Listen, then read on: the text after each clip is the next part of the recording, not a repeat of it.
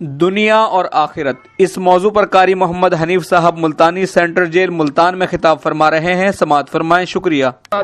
کما بارکت علی ابراہیم وعلی آل ابراہیم انک حمید مجید۔ محترم بزرگوں، عزیز دوستوں، اللہ تبارک و تعالی جل شانہ کا کتنا بڑا کرم اور احسان ہوا کہ مجھے اور آپ کو اپنے اور اپنے حبیب صلی اللہ علیہ وسلم کے ذکر خیر کے لیے جمع فرما دیا۔ مجھے اس بات کی انتہائی خوشی ہوئی کہ سپرڈنٹ صاحب اور ڈپٹی سپرڈنٹ صاحب نے آپ حضرات کے ساتھ بالخصوص دینی معاملے میں تعاون فرمایا۔ دنیا کا ہر معاملہ کسی نہ کسی لالچ، کسی نہ کسی طمع اور ہرس پر مبنی ہوتا ہے، اور دین کا معاملہ صرف آخرت اور قبر حشر کے لیے ہوتا ہے۔ بہت ممکن ہے کہ اللہ پاک ان کی اسی نیکی کو ذریعہ نجات بنا دے، اور میں آپ حضرات سے بھی یہ گزارش کروں گا کہ جیسے انہوں نے آپ کے ساتھ تعاون کیا، ہر معاملے میں آپ بھی تعاون کیا کریں۔ حدیث پاک میں آتا ہے، فرمایا محمد عربی صلی اللہ علیہ وسلم نے کہ جب مسلمان کی خیر خواہی کا ارادہ کرتا ہے، اللہ پاک کے عرش عظیم کے نیچے ایک فرشتہ ہے، اسی وقت سوال کرتا ہے الہ العالمین، میں اس کے لیے کتنا بڑا اجر لکھوں؟ اللہ پاک فرماتے ہیں یہ خیر خواہی کر رہا ہے دوسرے کی، جتنا تیرا جی چاہے اتنا لکھ دے۔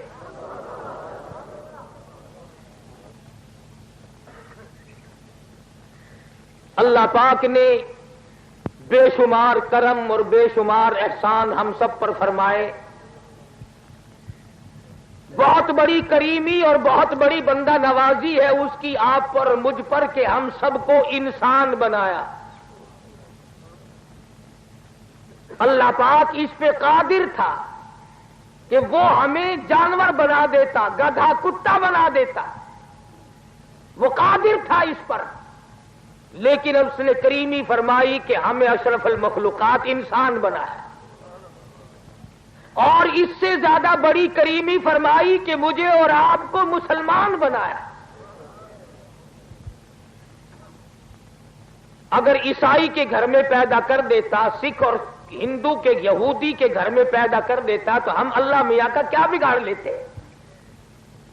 کلمہ نصیب نہ ہوتا، قرآن نہ ملتا، ایمان نہ ملتا۔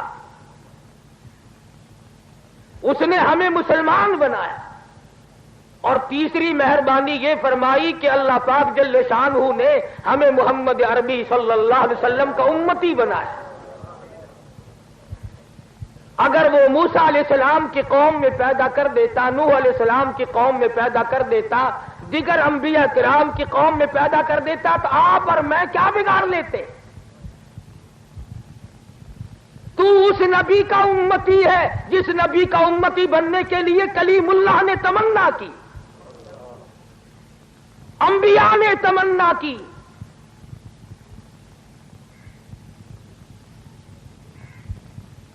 کتنی کریمی مالک کائنات کی آپ حضرات کے سامنے رکھوں۔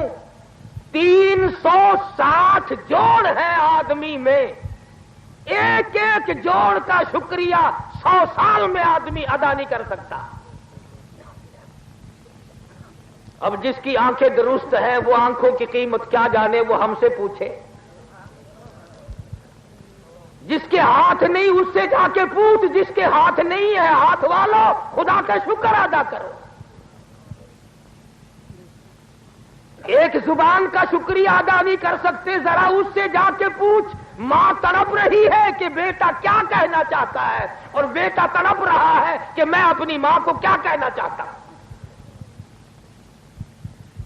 حضرت شیخ سعدی سبکت رحمت اللہ علیہ فرماتے ہیں کہ میں سیاحت کے درمیان سفر کر رہا تھا، دوران سیاحت میری جوتی گم ہو گئی تو میرے پیروں میں چھالے پڑ گئے، تو دل میں یہ شکایت آئی کہ اللہ پاک نے مجھے پیدا تو کر دیا اور مجھے جوتے بھی عطا نہیں کیے۔ فرماتے جب میں دمشق کی جامع مسجد کے دروازے پہ پہنچا تو میں نے وہاں ایک آدمی کو دیکھا، اس کے دونوں پیر ہی نہیں تھے۔ پھر میں ادا کیا؟ مالک میرے پاؤں تو ہے، ایک ناخون کی قیمت نہیں ادا کی جا سکتی۔ اور پھر مستقل زندگی، عمر اور ایک ایک رات اور ایک ایک دن، یہ تمام کے تمام بڑے قیمتی ہیں۔ آپ اور میں ان چیزوں کی قدر نہیں جانتے۔ یہ جو آج کا دن ہے، کل دوسرا دن آئے گا، یہ دن نہیں۔ آج کی رات جو بیت جائے گی وہ اور رات آئے گی، کل اور آئے گی، موت آ جائے گی، مگر یہ رات نہ ملے گی۔ اس لیے ارشاد فرمایا مدنی کریم صلی اللہ تعالی علیہ وسلم نے، او لوگو اس وقت سے پناہ مانگو، اس وقت کے حالات سے پناہ مانگو جب اتنے حالات خراب ہو جائیں، دنیا کا نظام اتنا بگڑ جائے، معاشرہ اتنا گندا ہو جائے، تباہی بربادی اس قدر پھیل جائے کہ آدمی 100 سال کی عمر گزار کے مر رہا ہوگا، مگر مرتے وقت ایک رتی ایمان کی پلے نہیں ہوگی۔ ارشاد فرمایا مدنی کریم صلی اللہ تعالی علیہ وسلم نے، او لوگوں اس وقت سے پناہ مانگو، حالات اتنے بگڑ جائیں گے، صبح کو آدمی مومن ہوگا، شام کو موت آئی تو جنازہ کافر کا اٹھ رہا ہوگا۔ ارشاد فرمایا مدنی کریم صلی اللہ تعالی علیہ وسلم نے، او لوگوں موت کی تلخی سے پناہ مانگو، اتنی شدید تلخی آتی ہے، مرنے کے بعد لاکھوں برس تک منہ میں تلخی نہیں جاتی۔ ارشاد فرمایا مدنی کریم صلی اللہ تعالی علیہ وسلم نے، او لوگو موت کے صدمے عظیم سے پناہ مانگو، موت کے جھٹکے سے پناہ مانگو، اتنا شدید جھٹکا لگتا ہے، منو لہو آدمی کے بدن میں ہوتا ہے، ایک جھٹکا لگتے ہی قطرہ باقی نہیں رہتا۔ ارشاد فرمایا مدنی کریم صلی اللہ تعالی علیہ وسلم نے، او لوگوں موت کی سختی سے پناہ مانگو جس سے کانوں کے پردے پھٹ جاتے ہیں۔ ارشاد فرمایا مدنی کریم صلی اللہ تعالی علیہ وسلم نے، او لوگوں موت کے وقت کے پسینے سے پناہ مانگو، اتنا سخت پسینہ آتا ہے ساری عمر میں کبھی نہیں آیا ہوگا۔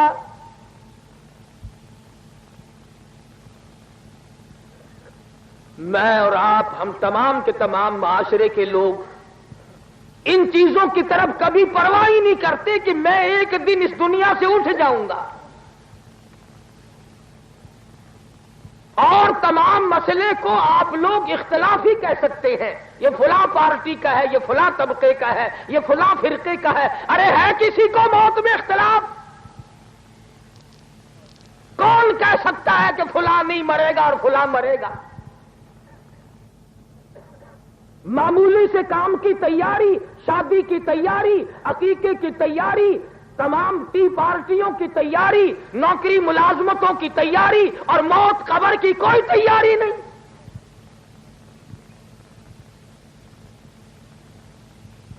توبہ کرنا ہم بھول گئے، خدا کی حضور میں رونا دھونا ہم نے چھوڑ دیا۔